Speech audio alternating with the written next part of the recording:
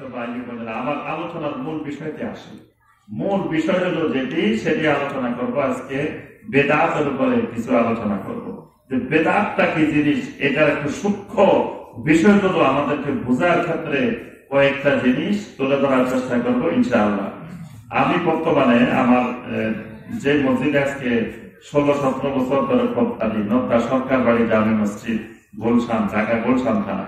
তো ওই মসজিদে এই বেদাতের উপরে ধারাবাহিক খুতবা শুরু করেছি। বেদাতের উপরে মোট 15টি খুতবা হবে। এর মধ্যে আমার 3টা খুতবা হয়েছে, আরো 12টা খুতবা বাকি আছে। আর এর আগে আকীদার উপরে 75টা খুতবা দিয়েছি ধারাবাহিক, শুধু আকীদা সংক্রান্ত বিষয়গুলোর উপরে। তো এই বেদাতের আলোচনা অনেক বিশাল, বেদাতের পুষ্কিনারা নেই। বেদাত না বোঝার কারণে আজকে কত সুন্দরভাবে আমাদের সুন্নতের জায়গায় গুলো বেদাতে দখল করে নিছে। আর সবাই মজা করে মনে করতেছে আল্লাহর ইবাদত করতেছে, আসলে বেদাত করতেছে। কারণ কি, বেদাতটা সূক্ষ্ম জিনিস, বেদাতটা বোঝা আল্লাহ রাব্বুল আলামিনের বড় নিয়ামত। এটা সবাই বড় আলেম হয়েও অনেক সময় বেদাত বুঝতে পারে না, কারণ আল্লাহ পাক এই নিয়ামত সবাইকে দান করেন না। এজন্য আমার ভাইরা বোনেরা, বেদাতটা আমাদেরকে ভালো করে জানা, বোঝা এবং এটার সূক্ষ্ম মূলনীতিগুলো, সূত্রগুলো আমাদেরকে জানা দরকার। আপনারা তো বুঝেন ইনশাআল্লাহ বেদাত, বেদাত বুঝেন তো নাকি? কথা কেনা বেদাত বুঝেন তো ইনশাআল্লাহ, সবই বুঝেন। আপনাদের এই এলাকায় কি বেদাত আছে? তাহলে বোঝা যায় বুঝছেন, না বুঝতে কেমনি বুঝছেন যে আছে, তাহলে বোঝা যায় বেদাত। আলহামদুলিল্লাহ আপনারাও বুঝেন। বেদাতটা কিসের বিপরীত বলেন তো দেখি? বেদাতের বিপরীত কি? দিনের বিপরীত কি? রাত। এটা বুঝেন নাই। দিনের বিপরীত কি? রাতের বিপরীত আলোর বিপরীত অন্ধকার, অন্ধকারের বিপরীত।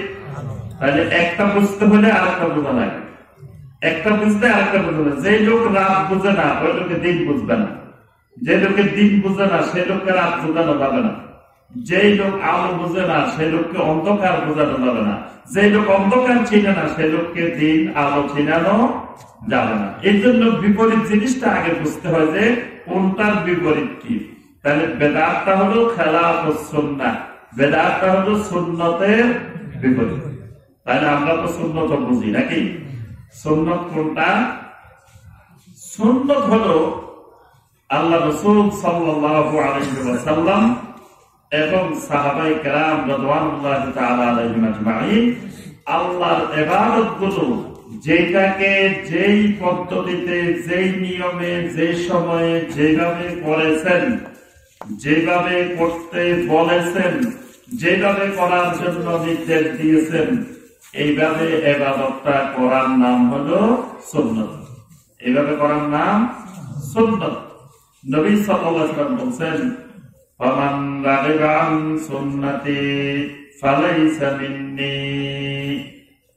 যে ব্যক্তি আমার সুন্নত থেকে বিমুখ হবে, আমার সুন্নত থেকে মুখ ফিরিয়ে নিবে, আমার সুন্নত থেকে দূরে সরে যাবে, ফালাইসা মিন্নি, এই লোক আমার উম্মতের অন্তর্ভুক্ত নয়। এখানে সুন্নত মানে নবী সাল্লাল্লাহু আলাইহি ওয়াসাল্লামের সামগ্রিক জীবন আদর্শ। আল্লাহ রাসূল সাল্লাল্লাহু আলাইহি ওয়াসাল্লাম যেই আকীদা, যেই বিশ্বাস, যেভাবে বিশ্বাস করেছেন, আল্লাহ রাসূলের সাহাবীরা যে আকীদা যেভাবে পোষণ করেছেন, ওইভাবে আকীদা পোষণ করার নাম হলো সুন্নতি আকীদা। যদি ওই আকীদার বিপরীত কোনো আকীদা হয়, ওই আকীদার বাহিরে যদি কোনো আকীদা তৈরি করা হয়, ওই আকীদার নাম হলো বেদাতি আকীদা। ওই আকীদার নাম বেদাতি আকীদা। আর যদি আমার আকীদাটা নবী সাল্লাল্লাহু আলাইহি ওয়াসাল্লামের সাথে মিলে যায়, সাহাবায়ে কেরামের আকীদার সাথে মিলে যায়, আমার আকীদাটা হবে সুন্নতি আকীদা। যদি না মিলে, সেটা হবে কি? বেদাতি আকীদা। যদি আমার আমলটা নবী সাল্লাল্লাহু আলাইহি ওয়াসাল্লাম যেভাবে করেছেন, যেভাবে করতে বলেছেন, নবী সাল্লাল্লাহু আলাইহি ওয়াসাল্লামের সরাসরি স্টুডেন্ট, সাহাবায়ে কেরামকে আমলটা যেভাবে শিখাইছেন, আমার আমলটা যদি সেইভাবে হয়ে যায়, এটার নাম হলো সুন্নতি আমল। যদি সেইভাবে না হয়, যদি উলট পালট হয়, ডাইনে বামে কিছু হয়, ওই আমলটার নাম হলো বেদাতি আমল। ওই আমলটার নাম বেদাতি আমল। আল্লাহ রাসূল সাল্লাল্লাহু আলাইহি ওয়াসাল্লামের আখলাকের সাথে যদি আমার আখলাক মিলে যায়, আমার ওই আখলাক, ওই চরিত্রটার নাম সুন্নতি চরিত্র, সুন্নতি আখলাক। যদি ওই আখলাকের সাথে না মিলে, ওই আখলাকের বিপরীত হয়, তাহলে ওই চরিত্রের নাম হলো বেদাতি আখলাক। নবী সাল্লাল্লাহু আলাইহি ওয়াসাল্লামের মুআমালাতের সাথে, লেনদেনের সাথে যদি আমার লেনদেন মিলে যায়, সেটা হলো সুন্নতি মুআমালাত। যদি সেই মুআমালাতের সাথে না মিলে, সেটা হলো বেদাতি মুআমালাত। অর্থাৎ রাসূলুল্লাহ সাল্লাল্লাহু আলাইহি ওয়াসাল্লামের সামগ্রিক জীবন আদর্শের সাথে আমার জীবনটা যদি মিলে যায়, আমার জীবনটা হলো সুন্নতি জীবন, সুন্নতি লাইফ।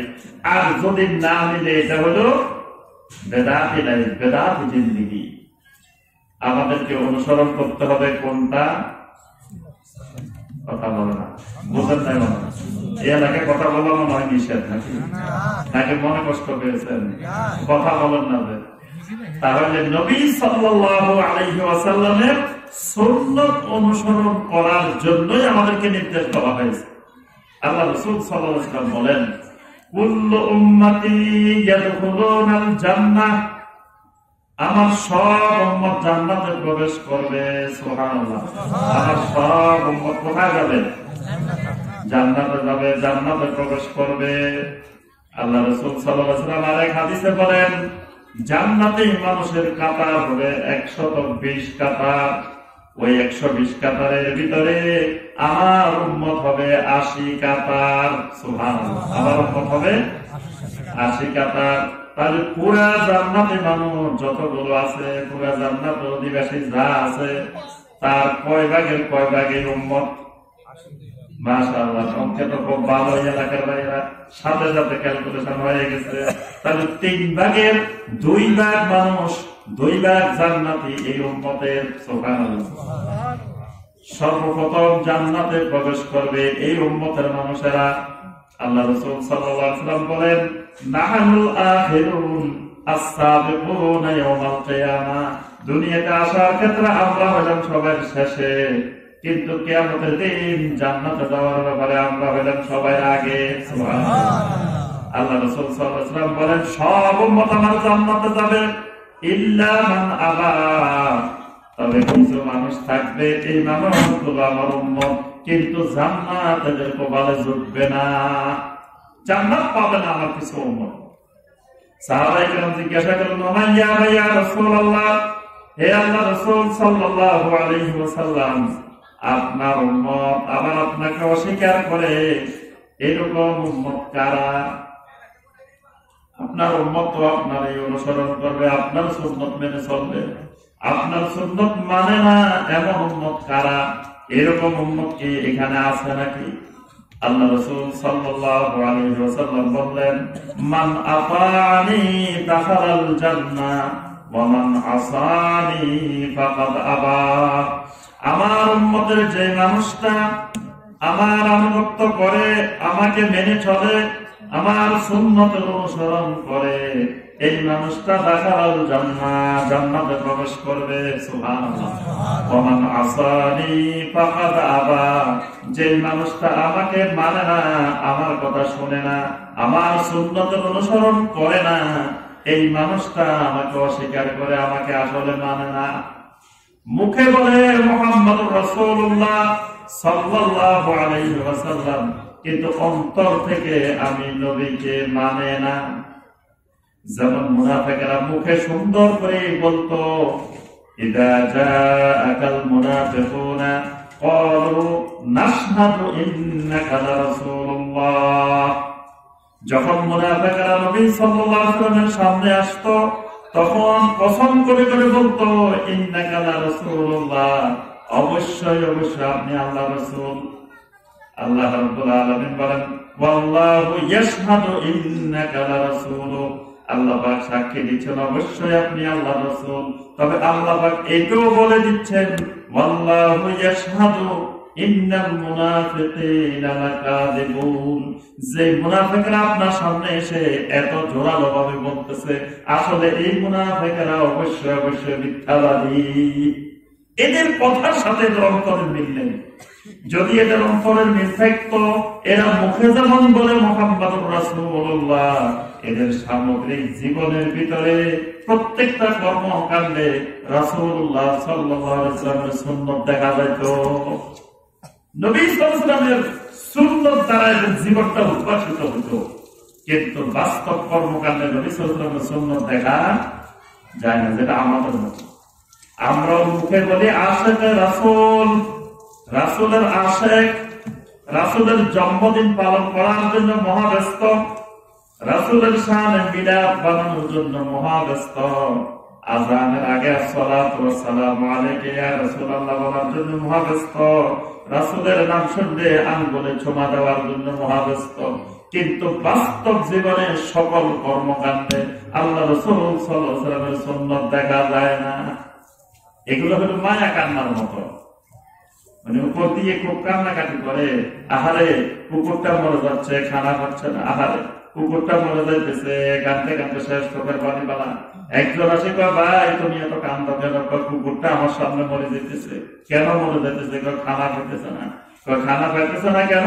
তোমার মাথার উপরে এতগুলো রুটি, এখান থেকে দুটো রুটি দিয়ে দাও, তাহলে তোমার কান্নাও লাগে না, রুটি দিয়ে দিলে কুকুরটা বাঁচে যায়।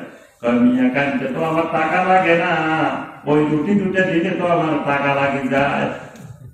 আমি যে কানতেছি কুকুরটা মরে যেতেছে তো অসুবিধা নাই, চোখের পানি যেতেছে, টাকা তো খরচ করতেছে না, কিন্তু আমি যদি দুটো রুটি দিয়ে দিই তাহলে তো আমার টাকা বলা যাবে। মায়া কান্না, বাস্তব কান্না না, বাস্তব মহব্বত না। বাস্তব মহব্বত হলো জীবনের সর্বক্ষেত্রে আল্লাহ রাসূল সাল্লাল্লাহু আলাইহি ওয়াসাল্লামের সুন্নতের অনুসরণ। আকীদার ক্ষেত্রে আমার অনুসরণ হবে নবী সাল্লাল্লাহু আলাইহি ওয়াসাল্লামের আকীদা, সাহাবায়ে কেরামের আকীদা। এই আকীদা যারা পোষণ করবে এই মানুষগুলো কিয়ামতের ময়দানে নাজাত পাবে। আল্লাহ রাসূল সাল্লাল্লাহু আলাইহি ওয়াসাল্লাম বলেন আমার উম্মত দুনিয়াতে 73 ভাগে বিভক্ত হবে, কুল্লুহুম ফিন্নার ইল্লা মিল্লাতুন ওয়াহিদা, সব ফেরকা, সব দল, সবগুলো জাহান্নামে যাবে, শুধুমাত্র একটা মিল্লাত আমার উম্মতের জান্নাতে যাবে। সাহাবায়ে কেরাম জিজ্ঞাসা করেন ইয়া রাসূলুল্লাহ সাল্লাল্লাহু আলাইহি ওয়াসাল্লাম ওই মিল্লাতটা কোনটা? আল্লাহ রাসূল সাল্লাল্লাহু আলাইহি ওয়াসাল্লাম জবাব দিলেন মা আনা আলাইহি ওয়া আসহাবী, আমি আর আমার সাহাবীরা যেই আকীদার উপরে, যেই আমলের উপরে আছি, এই আকীদা, এই আমল, এই ইবাদতের উপরে যারা থাকবে এই মানুষগুলো হবে জান্নাতি। সুবহানাল্লাহ। এই মানুষগুলো নাজাত প্রাপ্ত মানুষ। তাহলে আমাদের আকীদা হতে হবে আল্লাহ রাসূল সাল্লাল্লাহু আলাইহি ওয়াসাল্লামের মতো, সাহাবায়ে কেরামের মতো। প্রত্যেকটি ইবাদত, প্রত্যেকটি আমল হতে হবে আল্লাহ রাসূল সাল্লাল্লাহু আলাইহি ওয়াসাল্লামের মতো, সাহাবায়ে কেরামের মতো। যদি এর বিপরীত হয়, উল্টা পাল্টা হয়, তখন এটার নাম হয় যায় বিদআত। এটার নাম কি হয়? বিদআত। যদি ঠিক মতো নবী সাল্লাল্লাহু আলাইহি ওয়াসাল্লামের মতো হয়, সাহাবায়ে কেরামের মতো হয়, তখন এটার নাম সুন্নাত। যখন এটার ব্যতিক্রম হয়, এটার বাহিরে চলে যায়, তখন এটার নাম হয়ে যায় কি? বিদআত। বিদআত হওয়ার জন্য কয়েকটা জিনিস জরুরি। এক নম্বর হলো আল বিদআতু ইয়া তুতলাকু আলা কুল্লি মা উহদিসা ফিদ-দীন। বিদআত হতে গেলে প্রথম কথা হলো এই আমলটা, এই আকীদাটা নতুন হবে। এই বিদআতটা, যে জিনিসটা বিদআত, এই বিদআতটা হলো নতুন বানানো। বিদআতটা কি? নতুন বানানো। এক নম্বর বিদআতের বিষয় হলো যে এটা পুরাতন না, এটা নতুন বানানো হয়েছে।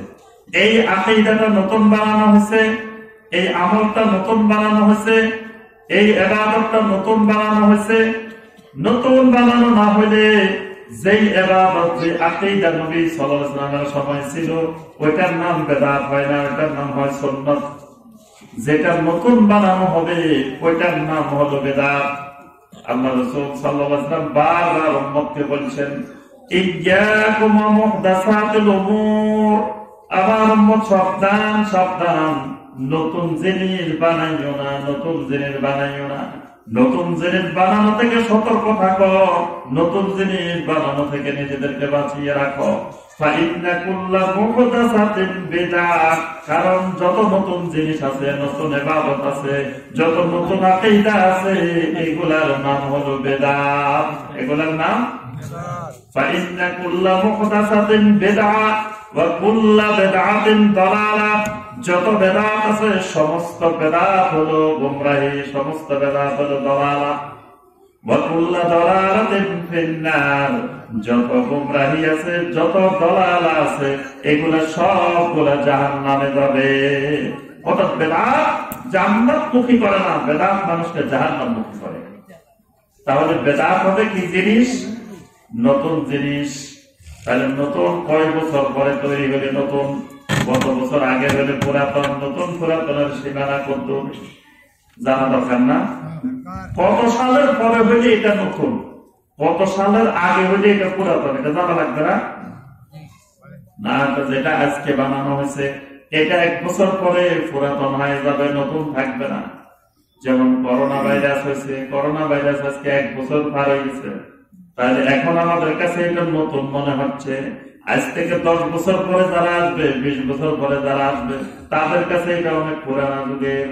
100 বছর পরে যারা আসবে, তারা ইতিহাস পড়ে পড়ে ভাববে, আহারে সেই 2020 সালে এই বাংলাদেশে করোনা ভাইরাস হয়েছিল, মানুষ করোনা ভাইরাসের ভয়ে কি কি করছিল, কত মানুষ মারা গেছে, ইতিহাস পড়বো আর অনেক পুরাতন আমাদের কথা হিসাবে মনে চিন্তা করবে, ঠিক না? তাহলে এই জিনিস হতো এক সময় পুরাতন হয়ে যায়। তাহলে আজকে যেটা বানানো হয়েছে 10 বছর পরে, 20 বছর পরে, এটা তো পুরাতন, এটা নতুন নাই, এটা তো আর বেদাত থাকবে না।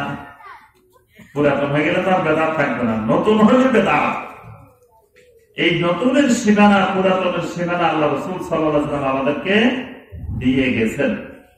আল্লাহ রাসূল সাল্লাল্লাহু আলাইহি ওয়াসাল্লাম একদিন ফজরের সালাত আদায় করলেন।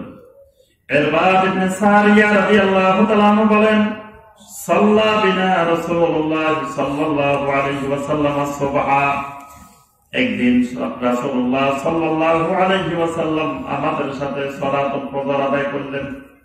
সালাতুল ফজরে ইমামতি করলেন। সালাতুল ফজরের ইমামতির পরে নবী সাল্লাল্লাহু আলাইহি ওয়াসাল্লাম আমাদের দিকে ফিরলেন।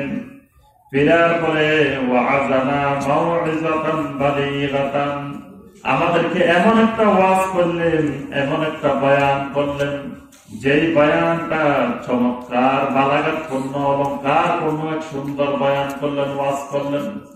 এমন ওয়াজ আমাদেরকে করলেন, যারাবাত মিনহাল উয়ুন ওয়া ওয়াহিলাত মিনহাল কুলুব। নবী সাল্লাল্লাহু আলাইহি ওয়াসাল্লামের বয়ান শোনার পরে, ওয়াজ শোনার পরে আমাদের চোখগুলা দিয়ে ঝরঝর করে পানি পড়তেছিল, আমাদের কঠিন অন্তরগুলো নরম হয়ে গেল, আমাদের অন্তরগুলো কাঁপা শুরু হয়ে গেল, আমাদের অন্তরে কম্পন তৈরি হয়ে গেল, চোখের থেকে জলতর করে আমাদের পানি পড়তেছিল। এক সাহাবী বলে উঠলেন, ইয়া রাসূলুল্লাহ সাল্লাল্লাহু আলাইহি ওয়াসাল্লাম, কাআন্নাহা মাউইযাতুম মুওয়াদ্দিদ, মনে হচ্ছিল এই ওয়াজটা আপনার বিদায়ী ওয়াজ, এটা মনে হয় আপনার জীবনের শেষ বয়ান। ফাআউসিনা ইয়া রাসূলুল্লাহ, হে আল্লাহর রাসূল সাল্লাল্লাহু আলাইহি ওয়াসাল্লাম, আমাদের কাছে আরো কিছু বয়ান করেন, আরো কিছু ওয়াজ করেন। নবী সাল্লাল্লাহু আলাইহি ওয়াসাল্লাম আরো কিছু বয়ান করা শুরু করলেন।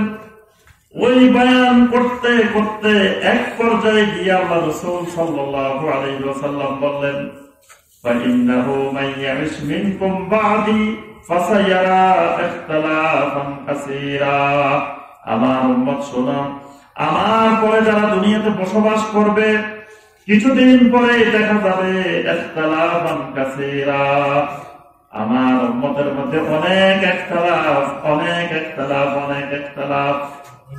এই ইখতিলাফ মানে বেদাত। আল্লাহ রাসূল সাল্লাল্লাহু আলাইহি ওয়াসাল্লামের সাথে ইখতিলাফ। নবী সাল্লাল্লাহু আলাইহি ওয়াসাল্লাম বলেন, আমার পরেও ছেড়ে দেখা দিবে খালি ইখতিলাফ আর ইখতিলাফ। ওইরকম ইখতিলাফ যখন তোমাদের মধ্যে দেখা দিবে, ফাআলাইকুম বিসুন্নতি, ওয়া সুন্নাতিল খুলাফায়ে রাশিদিনাল মাহদিয়্যিন। ওই সময়ে তোমরা আমি নবীর সুন্নাত এবং আমার হেদায়েত প্রাপ্ত খোলাফায়ে রাশিদিনের সুন্নাতকে শক্ত করে ধরবে। আব্দু আলাইহা বিন নওয়াজিজ, খালি ধরলে হবে না, মারি দাঁত দিয়ে শক্ত করে কামড়ায় দেওয়া লাগবে।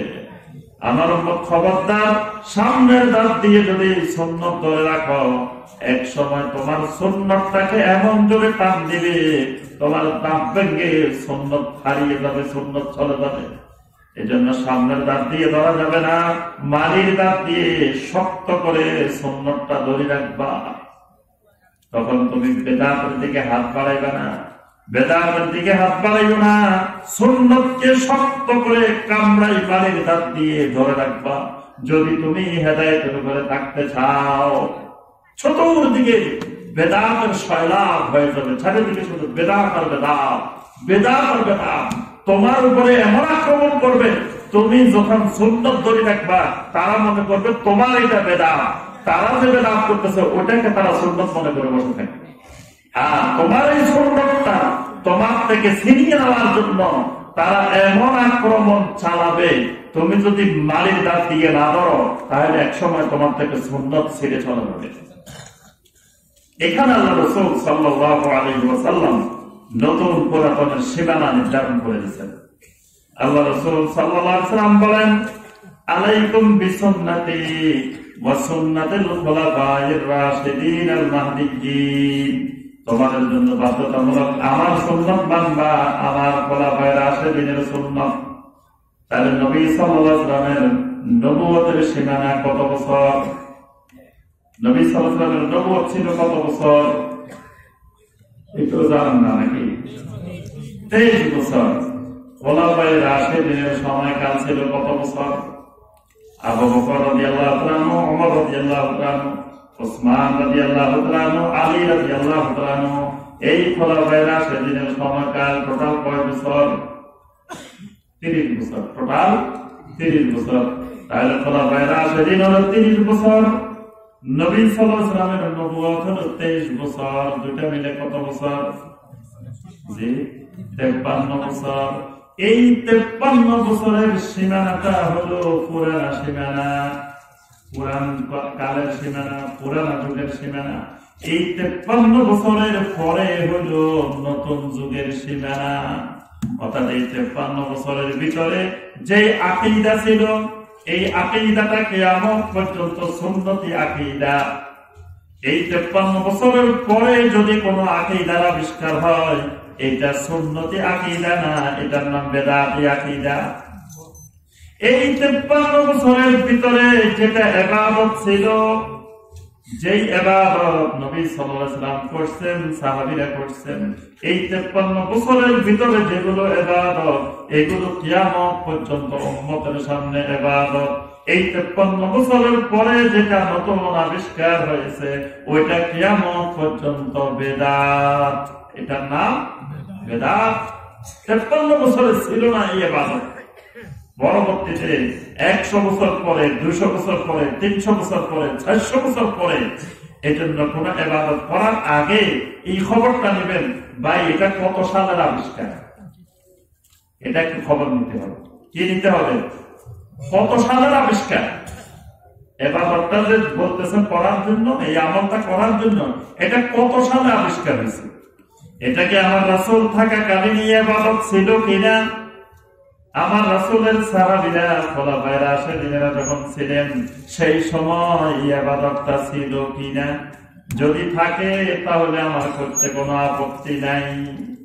যদি না থাকে, 100 বছর পরে আবিষ্কার হয়, যদি 200 বছর পরে আবিষ্কার হয়, 300 বছর পরে হয়, 500 বছর পরে হয়, 600 বছর পরে হয়, 700 বছর পরে হয়, 1000 বছর পরে হয়, 1300 বছর পরে হয়, 1400 বছর পরে হয়, তো এটা যত সুন্দর মনে হোক না কেন, এটার নাম সুন্নাত না, এটার নাম বেদাত। এটার নাম বেদাত। দেখবেন এই বাংলাদেশে আমাদের সমাজে কত ইবাদত আছে, যেই ইবাদত গুলো 200 বছর পরে বানানো, 300 বছর পরে বানানো, 500 বছর পরে বানানো, 700 বছর পরে বানানো, 1000 বছর পরে বানানো, এখনো নতুন নতুন অনেক ইবাদত বানানো হয়। 1400 বছর পরেও ইবাদত বানানো হয়। এই বানানো যত ইবাদত আছে এগুলোর নাম হলো কি? বেদাত।